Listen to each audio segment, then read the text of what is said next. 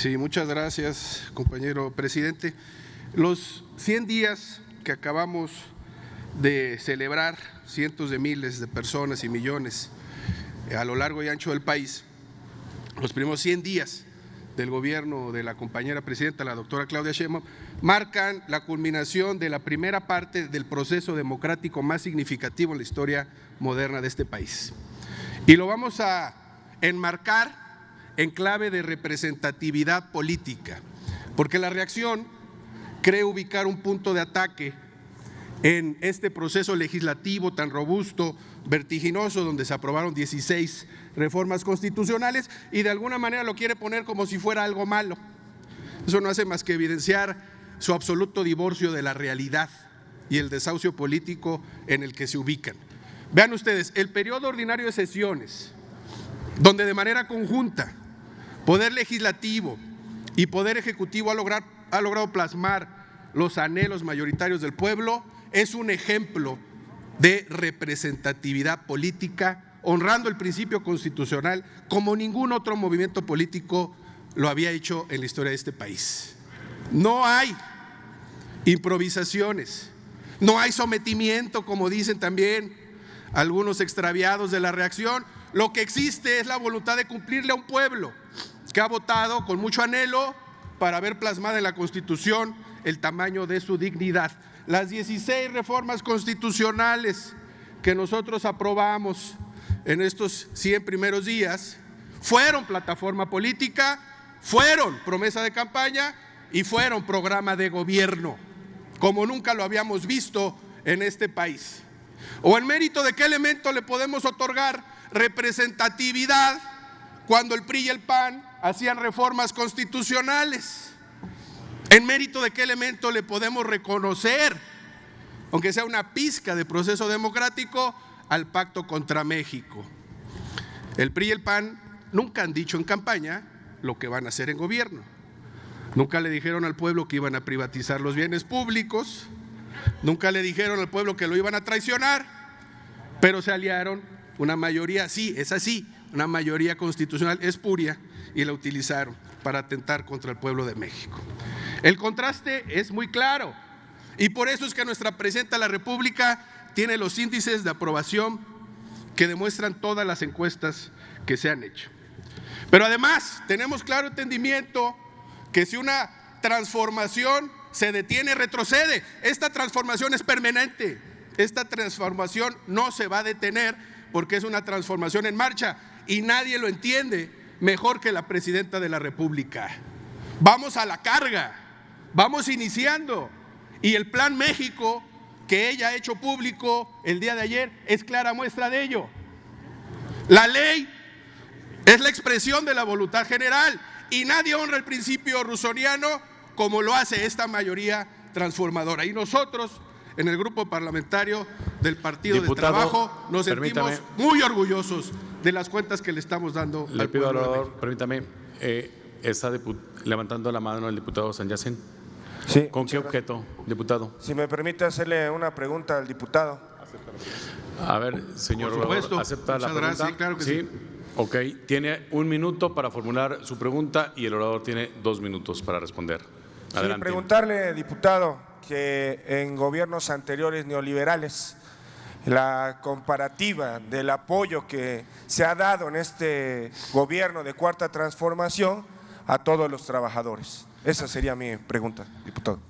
Sí, por supuesto, y lo menciona también la compañera presidenta en su alocución al pueblo de México hace unos días, en el marco de los 100 días de gobierno, pues es precisamente ese contraste lo que ha generado una identidad colectiva política mayoritaria abrumadora, que es el proceso de la transformación.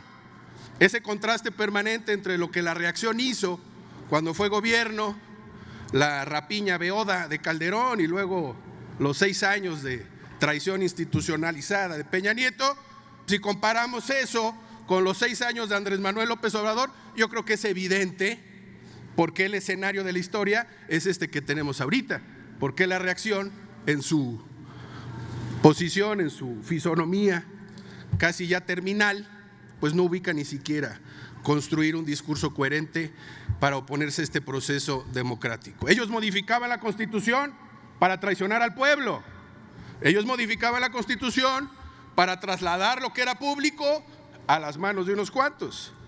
Ellos construían en los hechos un andamiaje jurídico institucional que respondiera solo a los intereses de unos cuantos, a los privilegios de ellos. Como peones de ocasión, simplemente significaban relevos gerenciales entre PRI y entre PAN. Ese es el cambio de régimen que hemos construido. Decía ahorita una preopinante de la derecha que eliminar los órganos autónomos constitucionales es avanzar hacia un esquema centralista autoritario. Es falso. Nosotros hemos dicho que estamos construyendo un nuevo régimen, ese régimen donde exista realmente una voluntad popular en los hechos y que podamos desmontar todas las reglas del juego que se fueron construyendo para beneficiar a unos cuantos. Y ahí nosotros ubicamos a los órganos constitucionales autónomos como una simulación que desde el principio fueron capturados por la partidocracia corrupta que es el PRI y el PAN. Continúo con su tiempo. Alocución para terminar, simplemente corregir algunas cifras, porque también un preopinante de la reacción decía que tiene preocupación por las cifras de desempleo. Yo le puedo comentar que ha habido un aumento de 2.1 millón de empleos en comparación con lo que teníamos en el 2018. Tenemos reservas internacionales con un aumento del 31.6% y tenemos un salario promedio en el IMSS de 17,447 pesos, que significa un aumento del 65%. Orador, alguien está levantando la mano. Adelante, senadora. Anabel Ábalos. Si le puedo hacer una pregunta al orador. Que si le pueden formular una pregunta. Adelante, senadora, tiene 1 minuto y el orador tendrá 2 minutos para respuesta. Muchas gracias. Creo que el orador está mal informado. En el primer periodo ordinario de sesiones trabajamos con mucha responsabilidad. Analizamos todas y cada una de las iniciativas de las reformas que se aprobaron. En el PRI aprobamos las reformas que benefician a México, pero votamos en contra las que perjudican a México. Y yo le quiero recordar que tuvieron una mayoría artificial, que es lo que no dicen.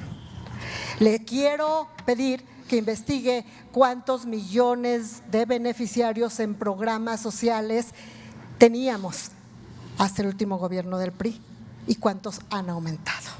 Para que entonces no digan que son los dueños de la verdad absoluta, porque los programas sociales no son para cooptar votos, no son para electorales.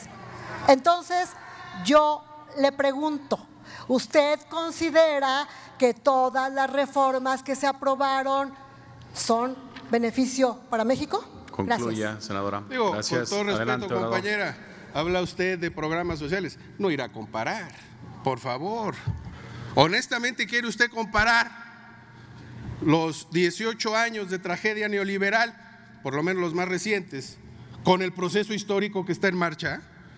Yo realmente, con todo respeto, le respondo su pregunta. Sí, las reformas han sido positivas y mire usted, este proceso en el fondo es uno de conquista de derechos sociales como preceptos de carácter constitucional. Somos distintos precisamente por eso. Porque nosotros le reconocemos, somos un instrumento al servicio del pueblo y lo que honramos es el principio de plasmar en la Constitución lo que son derechos y no programas. Ustedes se aferran mucho al Prospera, fue una tragedia nacional utilizado con criterios coercitivos electorales, fue un instrumento de castigo y la única razón por la que en esa tragedia que fueron sus gobiernos ganaban elecciones. Las cosas han cambiado y han cambiado para bien. Ese es el proceso que construimos entre millones de mexicanas y mexicanos y en el grupo parlamentario del PT ratificamos nuestro compromiso absoluto a defender la voluntad popular y el beneficio del pueblo. Muchas gracias.